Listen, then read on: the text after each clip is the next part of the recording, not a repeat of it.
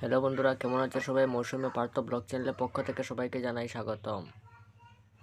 আমার বাড়িতে ট্র্যাক্টর দিয়ে ধান মাড়াই কীভাবে দেওয়া হচ্ছে আপনারা দেখে নিন। আগেকার দিনে বলদ বা মহিষ দিয়ে ধান মাড়াই দেওয়া হতো, কিন্তু আজকাল বলদ বা মহিষ পাওয়া যায় না, তাই ট্র্যাক্টর দিয়ে বেশিরভাগ মানুষই ধান মাড়াই করে। ধান মাড়াই করার জন্য ধানের মুঠগুলো আমরা সুন্দরভাবে সাজিয়ে রাখলাম।